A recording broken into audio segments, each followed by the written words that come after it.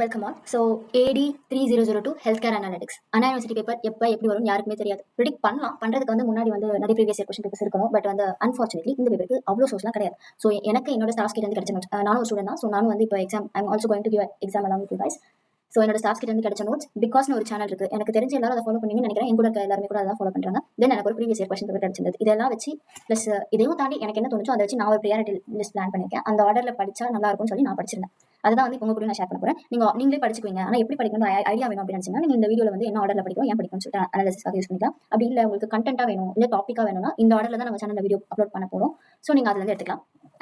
நம்ம இப்போ வந்து நம்மளோட பிளான் வந்து எப்படின்னா 4 ரவுண்ட்ஸா பிரிச்சிருக்கோம். அண்ட் ஒரு ரவுண்டுக்கு வந்து ஒரு யூனிட்டுக்கு 2 கொஸ்டின்ஸ் படிக்கணும் அப்படின்னு சொல்லி பிளான் பண்ணிருக்கோம்.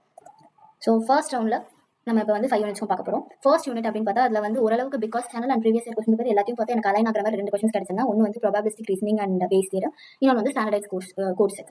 இந்த 2 கொஸ்டின் தான். நெக்ஸ்ட் வந்து யூனிட் 2ல பார்த்தா ML பைப்லைன்ஸ் வந்து கொஸ்டின் பேப்பர் பிகாஸ் சேனல் ரெண்டுலயுமே சரி அவங்க ரொம்ப இம்பார்ட்டன்ட் மென்ஷன் பண்ணிருக்காங்க. அண்ட் இதுலயும் இம்பார்ட்டன்ட் இருக்கு. லைக் ப்ரீ ப்ராசஸிங்ல ஆரம்பிச்சு ட்ரைனிங் மாடல் பேராமீட்டர் வரைக்குமே வந்து ஃபுல்லாவே பார்க்குற மாதிரி இருக்கும். இது எல்லாமே இன்க்ளூட் பண்ணிருக்கோம்.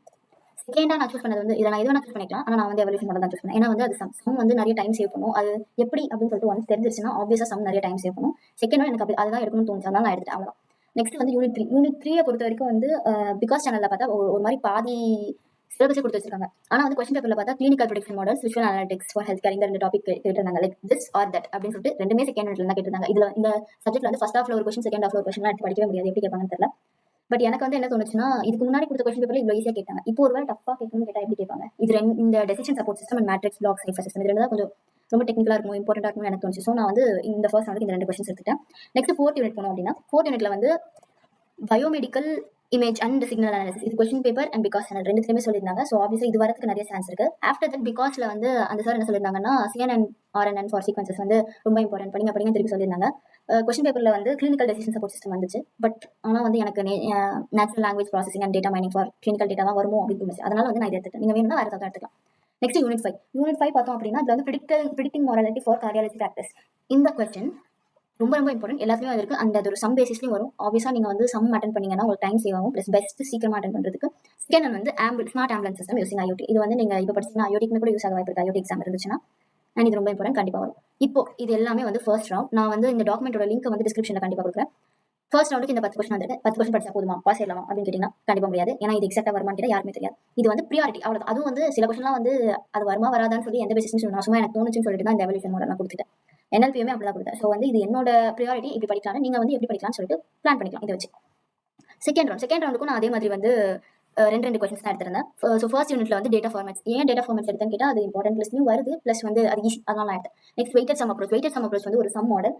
So either probabilistic reasoning or Bayes theorem கேட்கலன்னா இன்னொரு சம் மாடல் கேட்கலாமே அப்படின்னு பார்த்தாங்கன்னா வெயிட்டட் சம் அப்ரோச் தான் வரும். தென் வந்து யூனிட் 2ல வந்து பாண்டா டேட்டா ஃப்ரேம் ரொம்ப இம்பார்ட்டன்ட் சொல்லியிருந்தாங்க. நான் வந்து இதுக்கு முன்னாடி வந்து ML பைப்லைன்ஸ் ரொம்ப இம்பார்ட்டன்டா இருந்ததால ஃபர்ஸ்ட் ரவுண்ட் அதை கொடுத்தேன். அண்ட் எவல்யூஷன் மாடல் வந்து சம் எனக்கு தெரியும் அதனால கொடுத்தேன். But Panda data frame is really important. And நீங்க இதுக்கு முன்னாடி AI ML பைத்தான் எது படிச்சிருந்தாலுமே இது வந்து ரொம்ப ஈஸியா இருக்கும். அப்புறம் வேல்யூ டார்கெட்டட் வேரியபிள் இது வந்து வீடியோ போடும்போது எனக்கே தெரியும், இப்போ எனக்கு ஐடியா கிடையாது.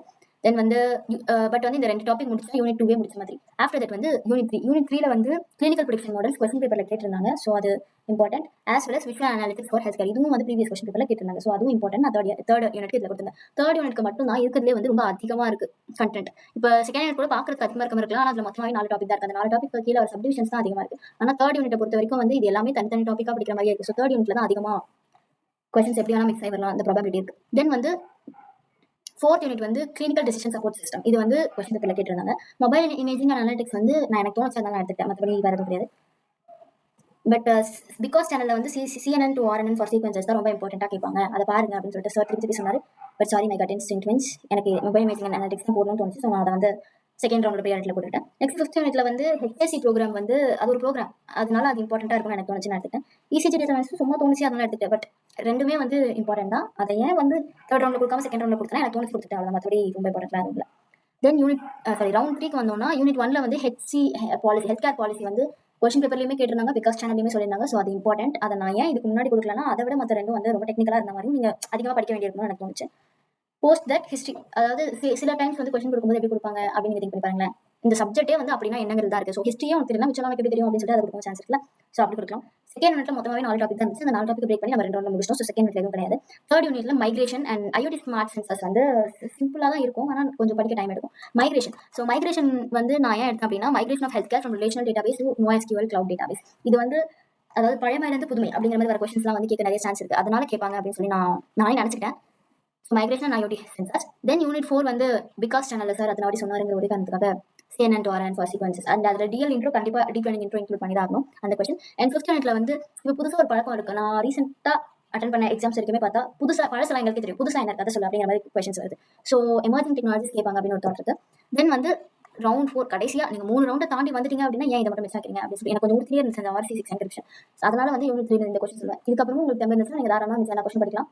இப்போ எனக்கு கேட்குது உங்கள் மைண்ட் வாய்ஸ், அதான் சிலபஸ்ல இருக்க எல்லாத்தையுமே சொல்லிட்டே அப்புறம் என்ன இதில் இம்பார்ட்டன்ட் வேறு அப்படின்னு கேட்டிங்கன்னா, இம்பார்ட்டன்ட் கொஸ்டின் வச்சு படிக்கிற அளவுக்கு புராண கால பேப்பர்லாம் நமக்கு தெரியல. இது ரொம்ப புதுசு, இதுக்கு சோர்ஸும் பெருசாக கிடையாது. ஸோ எல்லாத்தையும் தான் படிச்சாங்க. நம்ம தான் வந்து லேப் டெஸ்ட் கிராப்ஸ் ஒன்றுமே பண்ண முடியாது. நன்றி, வணக்கம்.